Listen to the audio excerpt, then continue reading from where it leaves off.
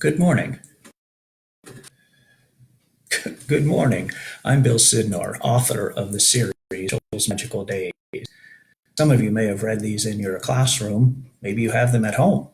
I'm going to start off by reading from the first book I wrote was Mitchell's Magical Day with Frank and Ivy Stranahan. It came out in the year 2000, so it's 20 years old now. But the story is timeless. The Stranahan house still stands today on the New River, where people can visit and classes can take field trips once we all get back to regular here. So let's get going. I'm going to show you the cover of the book in case you recognize it. Mitchell's Magical Day with Frank and Ivy Stranahan. And you're going to notice something very important. Mitchell travels with these. These are Pop-Op's magical binoculars, and we're going to find out what makes them magical. I think you're going to enjoy this.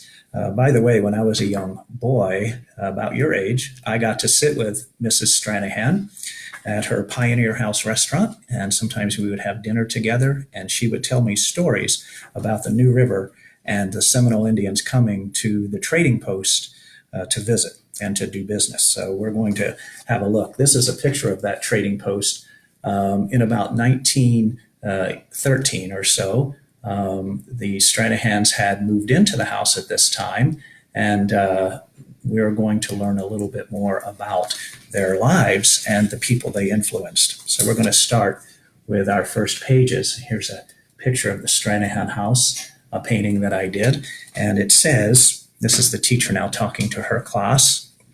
It says, the final word is preservation. The Historical Society oversees the preservation of old buildings for us to enjoy.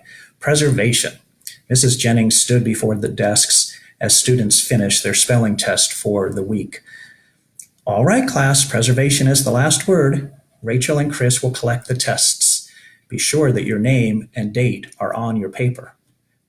Hurry now, the bell will ring soon. How do you think you did, Mitch? Whispered Billy Morrison as he handed his paper to Jennifer, who sat in front of him. Did you study? Yeah, I did. Last night after dinner, Mitch replied. Mom made me. Last week I got a D, so I had to do better this time or I couldn't go on the trip. Remember, everyone, Mrs. Jennings continued as she gathered to tests, our field trip to the Stranahan house is tomorrow, so there'll be no homework tonight. The class cheered so loudly they could barely hear the dismissal bell. They noisily gathered their book bags and lined up at the door.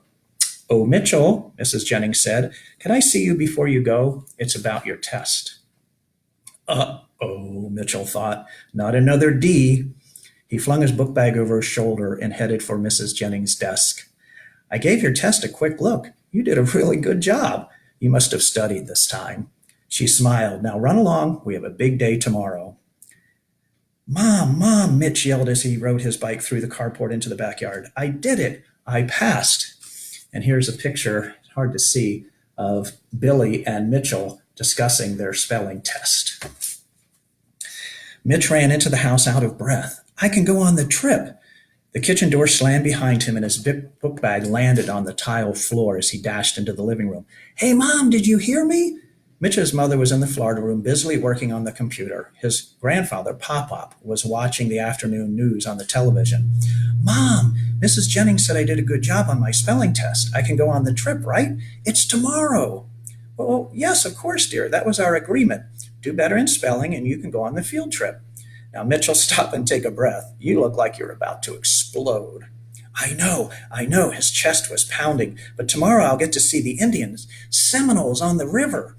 Like Mrs. Jennings told us, in canoes, dugout canoes. Pop-Up turned around in his easy chair. Indians? Did you say Indians? That's right, Mitch continued as he caught his breath. The Seminoles paddled down the river in canoes to the old trading post. Mrs. Jennings taught us all about them. They trade there, and I'll get to see them. I can't wait. Hey, Pop-Up, can I borrow your binoculars so I can have a better look? Well, Mitch, I hate to disappoint you, but you won't be seeing any Seminoles on the river tomorrow. Pop-Up got up from his favorite chair and knelt beside Mitchell. You see, that was a very long time ago. Now there's a lot of boat traffic on the river. Offices and apartment buildings line both riverbanks. No, I'm afraid the Seminoles don't come down this river anymore. Mitch looked into Pop-Pop's blue eyes in disbelief. No Seminoles? Are you sure? Oh, Mitchell, his mother said as she put a new disk into the computer, you'll see lots of interesting things tomorrow. They'll have pictures of Seminoles, I'm sure. Lots of interesting pictures and artifacts, too. And the Stranahan house is so lovely. I wish I was going. She continued to work as her fingers danced across the keys of her computer. Well, Mitch was thinking out loud, I was sure we would see Seminoles. He turned to his pop-up, who was now back in his favorite chair. Pop-up, can I borrow your binoculars anyway? Just in case. Sure, I don't see why not. I'll go get them for you now so we don't forget. He walked down the hallway to his bedroom, which was right next to Mitch's. Mitch started to follow him. Mitchell, his mother said, now be extra careful with Pop-Pop's binoculars. You know how special they are to him. I wouldn't want anything to happen to them. And I think you know about the binoculars. And here is Mitchell and Pop-Pop getting ready to have an experience with these binoculars. And we're going to find out about that in just a minute. I know they're special, Mitch said. He thinks they're magic. I'll be very careful. Mitch dashed down the hall to Pop-Pop's room. Pop-Pop was rooting through his dresser drawer. Ah, here they are. He sat and turned on the edge of his bed. He held the old leather case with a thin strap. He took the binoculars out and handed them to Mitch. The binoculars were a little heavy. Some of the black paint had worn away, showing the brass underneath. Mitchell held them to his eyes, and everything appeared blurry. No, no, no, Pop-Pop said. You must use them to see things that are very far away. Things you would not normally be able to see. There'll be lots of surprises if you look carefully. Look far into the distance, as far as you can. The next morning, the class met the yellow school bus outside their cafeteria at 9 in the morning, and everyone climbed aboard. Mitch shared his seat with Billy. They sat behind the bus driver, and they thought they had a great view through the big windshield. The breeze rushed through the open windows as the bus bounced and rolled down Andrews Avenue. Do you know where Andrews Avenue is? Cuts right through the center of Fort Lauderdale. Everyone was talking and excitedly, and Mrs. Jennings kept looking toward the back of the bus to make sure that all the children had stayed in their seats. Mitch held the binoculars tightly. Pop-Pop had put them back in his case with the leather strap, and before long, the bus made a wide turn onto Las Olas Boulevard and pulled up to the curb. Mrs. Jennings led all the students off the bus as they gathered safely on the sidewalk. The Stranahan house was just a few steps through a brick wall. And here's a little picture I did of the Stranahan house. I hope you can see that. Mitch looked carefully at the green and white two-story building. It sure doesn't look like a trading post to me, he thought. Hello, students, said a woman in a long dress. Her light brown hair was pulled up into a bun, and she wore a pretty white apron. My name is Miss Louisa, and I will be leading your tour. It's nice to have you here today at the home of Frank and Ivy Stranahan. Before we begin, does anyone know anything about the Stranahans that he or she would like to tell me? A few of the kids raised their hand. Mitch was one of them. Yes, she continued as she pointed to Rachel. What can you tell me? And here's Rachel and Miss Louisa. By the way, Miss Louisa was a real tour guide at the Stranahan house, and she was a friend of mine. So I decided to name this character after her. Well, Mrs. Jennings told us that Seminoles used to come here to trade, Rachel said. They came in canoes on the river, and Mr. Stranahan ran a trading post here. Rachel was so eager to answer she forgot her hand was still up in the air. Yes, that's right, Miss Louisa replied. We'll talk about that later. Can anyone tell me more about the Stranahans? This time Mitch chose to answer. Mrs. Stranahan was a school teacher. She was the first school teacher in this city. His voice drifted off as he looked past Miss Louisa out to the river. Pop-Up was right. There were big boats and big buildings. Will we see any Seminoles today, Miss Louisa? No, I'm afraid we won't. It's been a long time since Seminoles came to this house. But come with me. I have something to show you. The children followed her to the lawn next to the house where they saw a long wooden canoe. This is a replica of one of the canoes that the Seminoles would have used. Can you imagine coming miles down the river with your whole family in a narrow canoe? They even brought their hunting dogs to this trading post. Mitch studied the canoe carefully. It seemed so small and narrow. And I've kind of done a little picture of what a dugout canoe might have looked like. This is just a pen and ink drawing of a dugout canoe. Just then, a big boat glided by on the river, and the dugout canoe seemed so small in comparison. Miss Louisa led the students along a walkway toward the side of the house that faced the river. They all gathered on the wooden porch and then went inside. Mitch was the last one in, but he kept looking down the river for Seminoles. This house was built in 1901, Miss Louisa continued. It was the third trading post Frank Stranahan built along the New River. Mr. Stranahan came here from Ohio in 1893 due to his poor health. His first job was to operate a ferry to carry passengers and coaches across the river. You have to remember, at that time, there were no bridges. He ran the ferry boat for the Bay Biscayne stage line. The ferry was the only way to cross the New River. When you needed to cross, you rang a large bell, and Mr. Stranahan brought the ferry for you. Soon he saw the need for a shop in this settlement, and he built a simple trading post. He was a fair trader, and the Seminoles respected him. Mitch tried to listen to every word, but his mind was back outside on the dock. We are now in Frank Stranahan's office. Here's a picture of Frank, and over here you'll see some pictures of Seminole children. Well, let me first show you these pictures. This is a picture of the Stranahan house in the early days at the turn of the last century. And this is a picture of Frank and Ivy Stranahan standing on their property. And here is a lovely picture of a Seminole child. This picture hangs in the Stranahan house, and if you get to visit, you'll see this picture. Pictures, Mitch thought. Mom was right. He stared at the framed black and white images from long ago. It seemed as if the pages, the faces, in the photographs were staring right back at him. Mitch decided to take one more look outside. He walked back to the seawall and looked up and down the river. A long sailboat slid by. A small red boat with fishing rods was heading out for a busy day at sea. Along the banks, other boats were moored with thick lines, and their crews were cleaning and painting. Mitch took Pop-Pop's binoculars from their leather case, and he held them to his eyes. Yes, this was much better. He could now see further up the river, even to the Everglades, in his imagination. More boats, more buildings. He looked harder and harder and wondered if he would see anything that looked like a dugout canoe. Nope. He was just about to give up when suddenly he saw something in the distance. Could it be? He thought. Could it really be? He took the binoculars away from his eyes and peered down the waterway. Nothing's there, but when he looked through Pop-Pop's binoculars again, there it was. And this is what he saw. Seminoles in canoes. A canoe, a long dugout canoe with Seminoles on board, and behind that one another, and behind the second yet another. 6 in all, poling up toward the house. As they approached, all the yachts and the buildings magically disappeared. In their places, mangroves thrust twisted branches and long roots into the water. Tall palms and dense brush lined the riverbanks.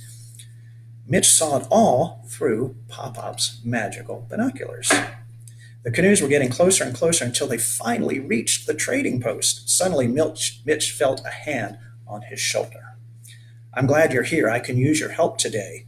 A tall, thin man walked down to the shore as the Seminoles brought their canoes up. Come, son, lend us your strong arms. Me? Mitch asked as he pointed a finger toward himself. Me? Yes, lad. Who else then? Come along. Men, women, children, dogs, and even a few chickens piled out of the canoes and onto the dock that reached to the river in front of the house. Mitch ran down to the dock. Here now, take these inside. Careful, won't you? The man handed Mitch a pile of alligator skins and otter hides. They smelled terrible, but he held them in both arms and headed for the door. I see we have a helper today, Frank. Good. We can always use an extra set of hands around here. A slender woman with fair skin smiled as Mitch passed by. Yes, good to see able young men ready to help out. He should be in school, though, should you not? Let the boy be, Ivy, Frank sighed as he carried a wooden box of alligator eggs up the walkway. Plenty of time later for learning. Lots to do here.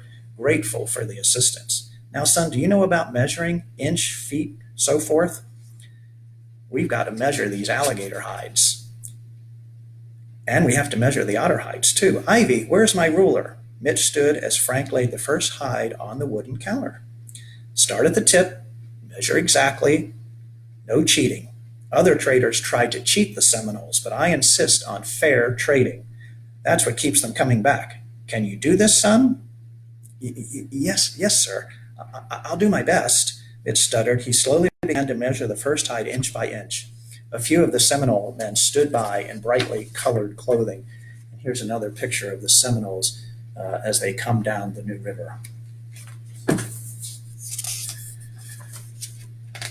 Meanwhile, outside the open window of the trading post, a group of Seminole children gathered on the porch as if they were waiting for something to happen. As Mitch measured the hides, he watched the children with their shiny black hair and brown skin. Soon Ivy met them with an armful of lemons and guavas. "Watch Istahutri," the children called and giggled. "Watch Istahutri." Ivy gave each of them a piece of fruit, then turned to Mitch. "They call me Wacha Istahutri. It means little white mother in the Seminole or Creek language. It took me a long time to earn their trust." She searched through a pile of books and photographs. "But you are closer to them in age. Why don't you read to them? You do know how to read, don't you?" "Yes, ma'am, I do read. I'm a very good reader," Mitch replied. "Good. Come out here and leave that work to Mr. Stranahan. I need a strong reader to teach these children. Would you like to help?"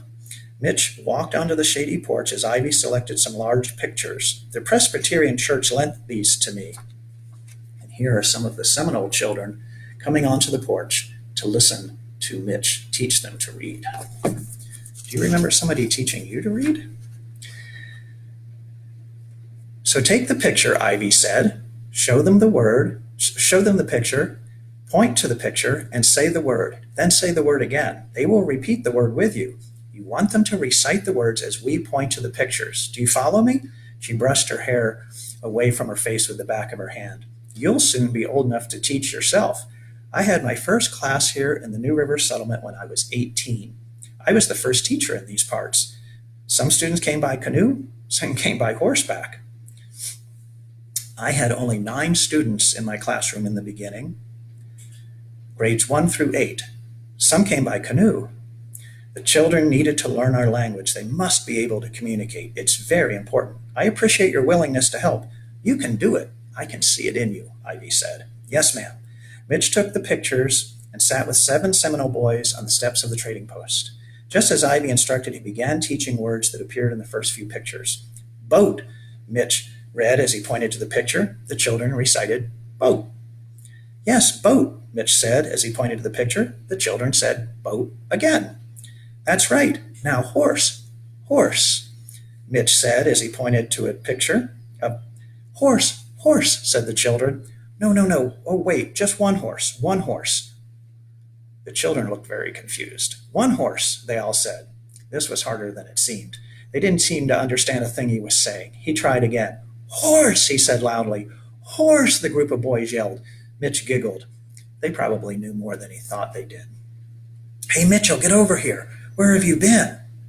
It was Billy. "The class is with Miss Louisa. Where have you been? Mrs. Jennings sent me to look for you. What have you been doing out here all by yourself?" Billy tugged at Mitch's arm.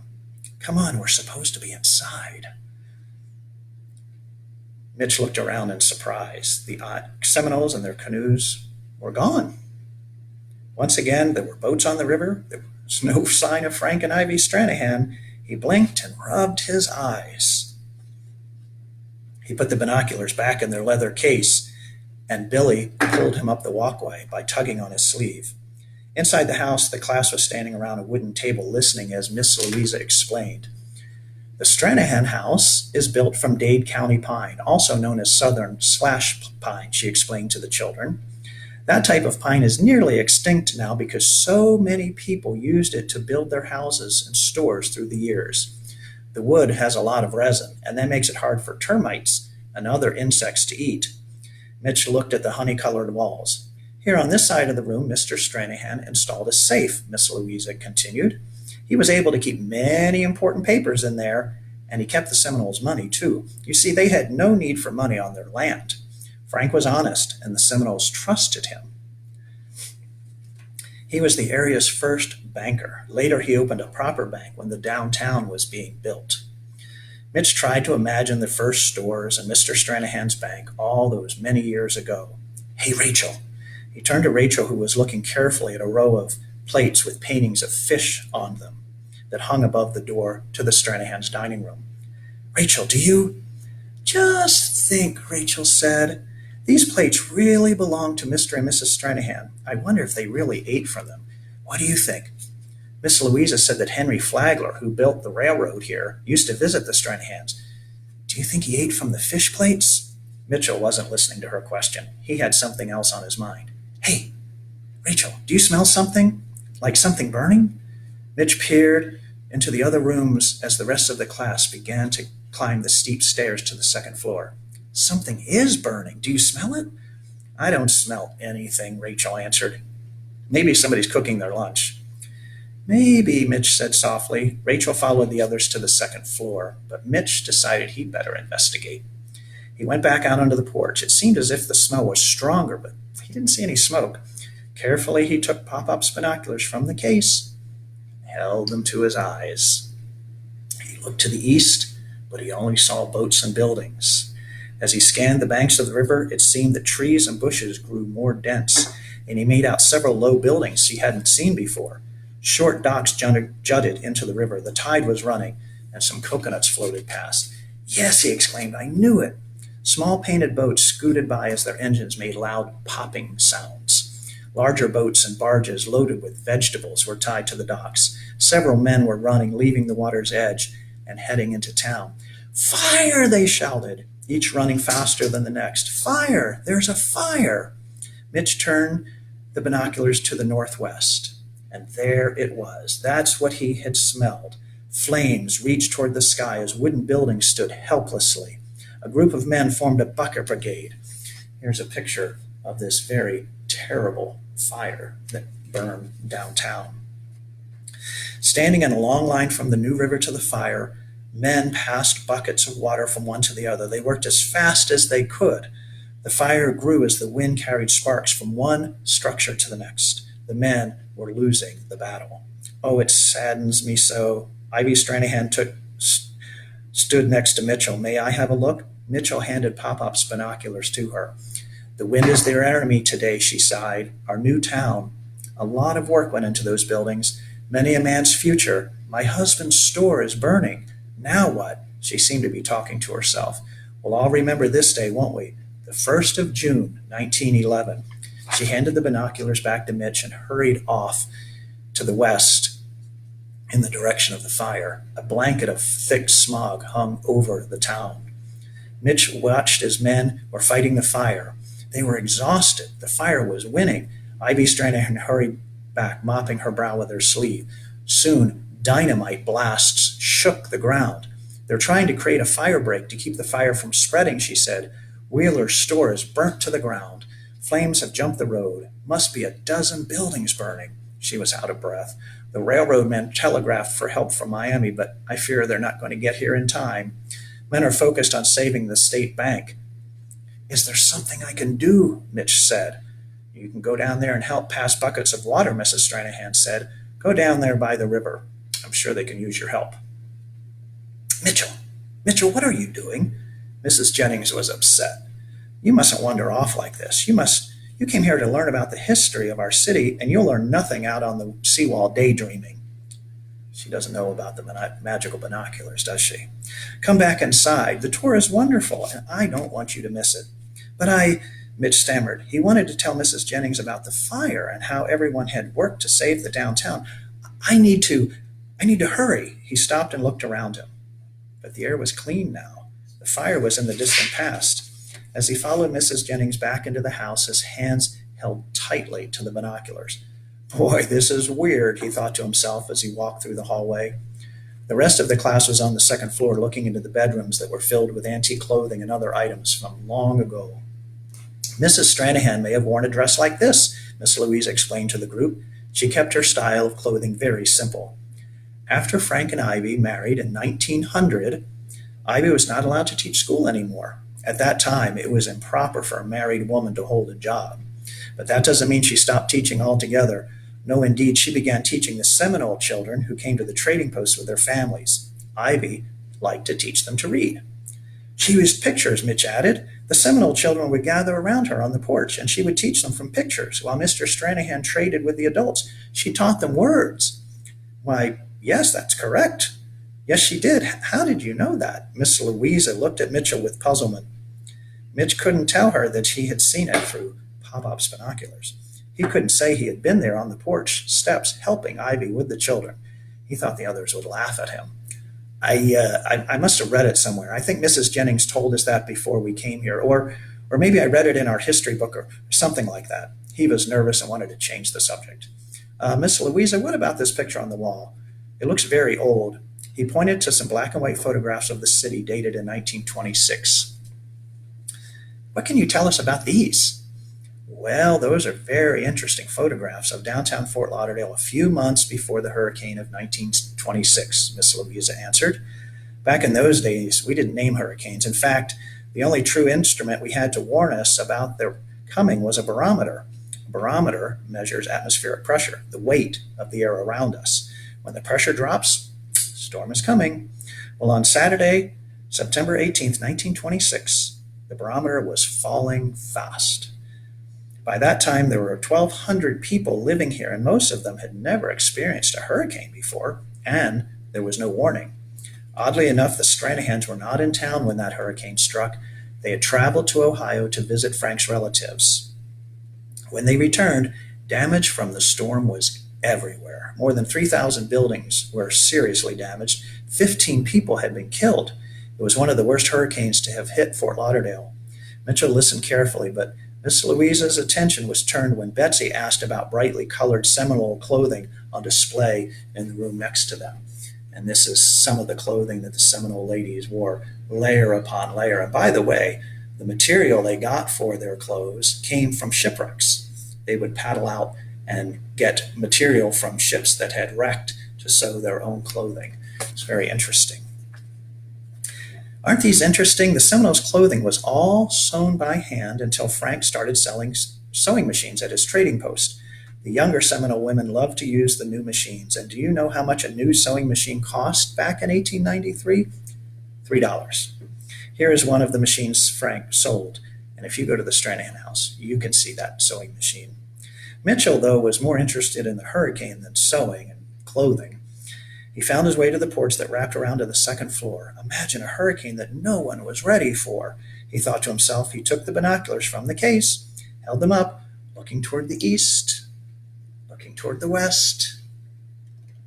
He tried to envision a storm coming across the Atlantic Ocean that was aimed right for the city. But this day, the sky was very clear, and the sky was blue with white puffy clouds. There was no rain, no storm, no wind. Mitchell kept looking, scanning the horizon from north to south, east to west, looking for the storm. Down the river to the east, he saw a boat full of tourists talking and taking pictures as lively music played through the large speakers. To the west, a line of cars was waiting at the drawbridge. "Come on," he whispered, "come on, one more time." Slowly, he turned to the east again.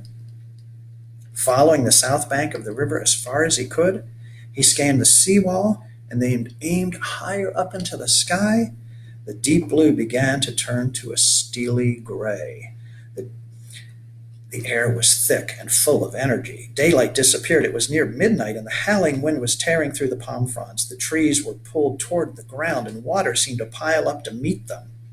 Waves lapped up over the riverbank and crept toward the Stranahan house. "Uh-oh," Mitch exclaimed as he held the binoculars tightly in his hands. Fear gripped his heart as he thought about the dangerous hurricane that no one was ready for in 1926. And here's a picture of Mitchell on the edge of the Stranahan house, looking through those binoculars where he's taken back in time. "Hey, son, get to shelter, quick now," called a man from across the river. "The barometer is falling fast, too fast. Word from the Bahamas is bad. Get to safety." In the darkness, Mitch could barely see the man's long raincoat flapping in the strong wind. Raindrops pelted Mitch as he ran back to the house. His feet splashed through the rising water. He made it to the porch as the wind whipped in from the river. But the front doors were locked. Do you remember why? Miss Louisa had said that the Stranahans were in Ohio. when this hurricane hit in 1926. Of course, he thought, Mitch and Ivy are away. Miss Louisa just told us that. They're not here for the big storm. He ran around to the east side, but that door was locked also. He jiggled the knob, twisting it with his wet hands. Oh no! What now? The wind pushed the rain at him from all sides, even under the wide porch roof. Lightning arced across the sky, and there was explosive thunder. Windows, he thought. Maybe there's an open window. He ran from window to window, trying to open each one, but each one was securely shut tight. He clambered up the steep steps on the west side of the building. They were wet and slippery, and he lost his footing. The wind was howling, and lightning was reaching out to strike the house. Mitch made his way around the upper porch windows, one at a time, trying to pry each window open so he could get to safety. Finally, the green wooden frame of one of the east windows moved a small amount. Yes, yes, come on, open up, Mitch yelled above the wind. His hand slid against the wet frame. He couldn't get a grip, but as he struggled, the window opened a little more. Mitch got his hand underneath and yanked the window open. He scrambled inside and closed the window tightly. In total darkness, he felt along the wall for a light switch. He tripped over a small table, spilling everything onto the floor. His hands came to rest at the light switch, but nothing happened when he pushed the button. There was no electricity. The power was gone. A bolt of lightning filled the house with light. For a few seconds, another quickly followed. Mitch saw an oil lamp and matches on the nightstand. With this lamp, he made his way to the stairs. The water's coming in. The river had overflowed into the house. Mitch tried to get the rugs up from the floor, but it was too late. They were soaked and heavy. The water continued to seep into the house, slowly at first, then faster and faster. The wooden floors were under inches of water. As he climbed the stairs one at a time, Mitch lit candles and lanterns, but the house was eerily dark. The wind roared outside, and loud thumps could be heard as flying debris hit the side of the house. Mitch stood frozen with fear. To him, it sounded like a freight train was roaring just a few feet away. His heart was racing and his hands trembled as he raced back upstairs. It'll be all right, it will, he said to himself. He looked at Ivy's photograph in her sitting room. Her face shone in the soft light of the oil lamp. Suddenly, a large crash and the sound of broken glass startled him. The wind tore through the house and took the sheets from the bed clear across the room.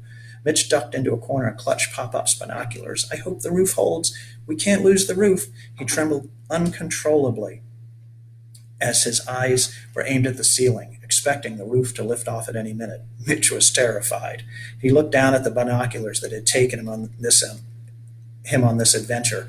How was he going to get out of this mess? How was he going to get back to his class? Crash!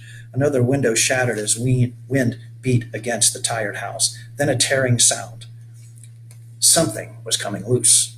What's that? Mitch yelled. The roof. Pieces of the roof are being ripped off. The wind kept up its attack. Things slammed against the wooden walls, and the house shook violently.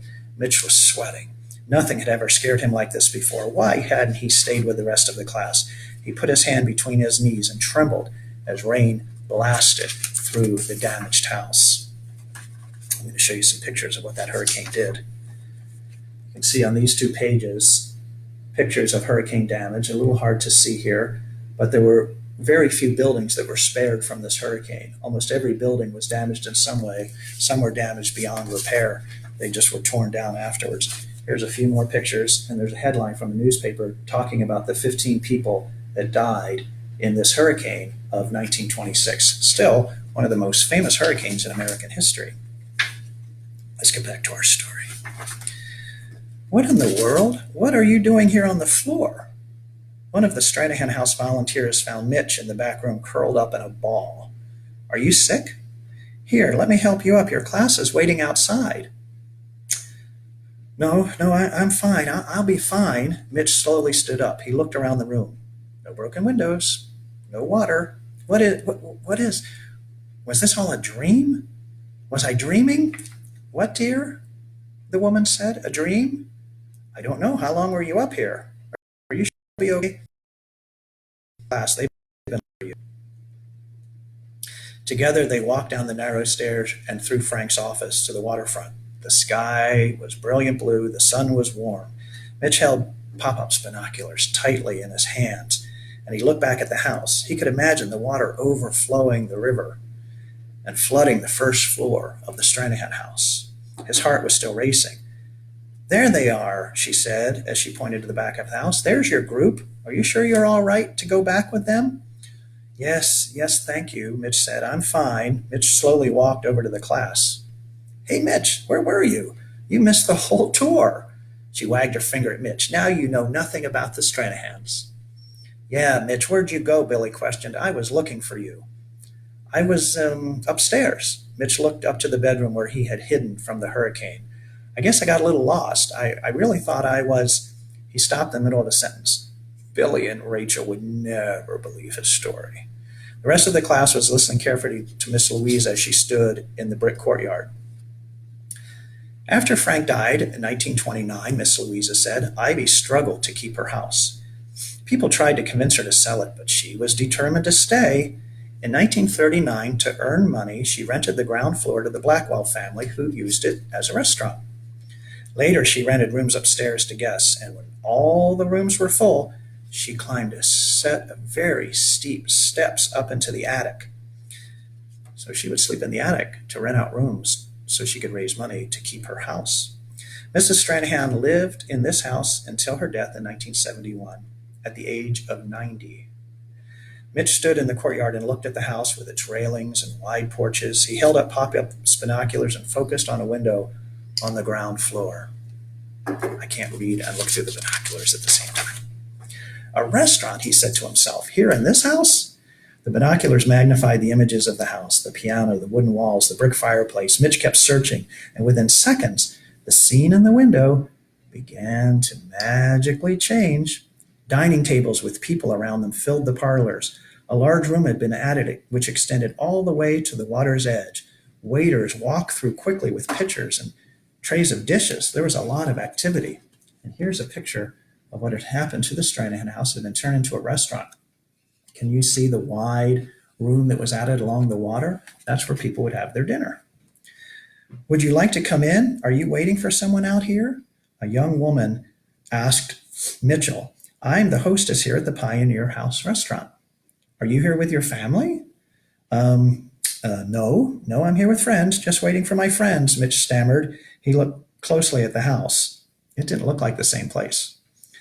Well then, why not wait inside? It's cooler inside. Come on in. Would you like a glass of water? You look a little warm. Mitch followed the woman into the restaurant. Are you here on vacation? We get a lot of tourists here. This place has been here a really long time. It was a trading post, I hear. A trading post, can you imagine? She handed Mitch a glass of water. Hey, do you see that lady in the corner? Do you know who that is? Mitch nodded his head, but the hostess didn't notice. She is Mrs. Stranahan, Mrs. Ivy Stranahan. This is her house. It's the oldest building in the city. In 1940, her friends, the Blackwells, opened the Pioneer House restaurant on the ground floor. And to think, there were only 3 restaurants in the entire city back then. Now here we are, 30 years later, 1970, and our little town has grown into a city. Mitch watched as Ivy ate her supper at a table. He remembered her sitting on the front steps teaching the Seminole children with her pictures and her books. He thought about the huge fire and the hurricanes that nearly destroyed the town so long ago. The waitress continued talking to Mitch. She's almost 90 years old now. She's a little frail. She takes her meals here. A vegetarian she is, but the doctors have encouraged her to eat some meat. Good thing, I think, at her age. Mitch wanted to go to Ivy's table to see if she would remember him. She's a very special person. Special indeed, the hostess continued. I know, Mitch said softly. I'll never forget. You remember? I'm sure you're much too young to remember any of this, dear. The history of this house goes back to the 20th century. She laughed. Long before your time. Or mine. But Mrs. Stranahan remembers it all. She does. Listen, I have to go back to work. It was nice talking to you. She was gone in a flash. Mitch stared at Ivy's table. And here we have 2 pictures, one of the waitress offering Mitchell a glass of water, and the other an actual photograph of the Pioneer House restaurant. I used to go to the Pioneer House restaurant when I was young, about your age, and Ivy was sitting at the table, and I would sit and talk to her and listen to stories, the same stories I'm telling you now. Over here, Mitch. It was Mrs. Jennings. Are you coming? Remember, Mrs. Jennings is Mitchell's teacher. We'll miss the bus. Hurry. Mitch turned and saw his class gathered near the school bus. Miss Louisa, thank you for our tour today, Mrs. Jennings said. We all enjoyed it, even though one of us was not paying attention. She motioned toward Mitch. Well, Miss Louisa replied, I was pleased to work with such an interested group of children. Even if they were not all keeping up with me, I hope they remember a little bit of history. You see, by studying our history, we can protect it. Protecting historic sites like this one is very important to everyone. This house was in very bad condition until a group of concerned people got involved to save it. And now children from all over the world can come and visit and learn about the early days of Fort Lauderdale. In fact, sometimes I think I see Ivy on the porch teaching the Seminole children. Isn't that funny? She winked her eye at Mitch.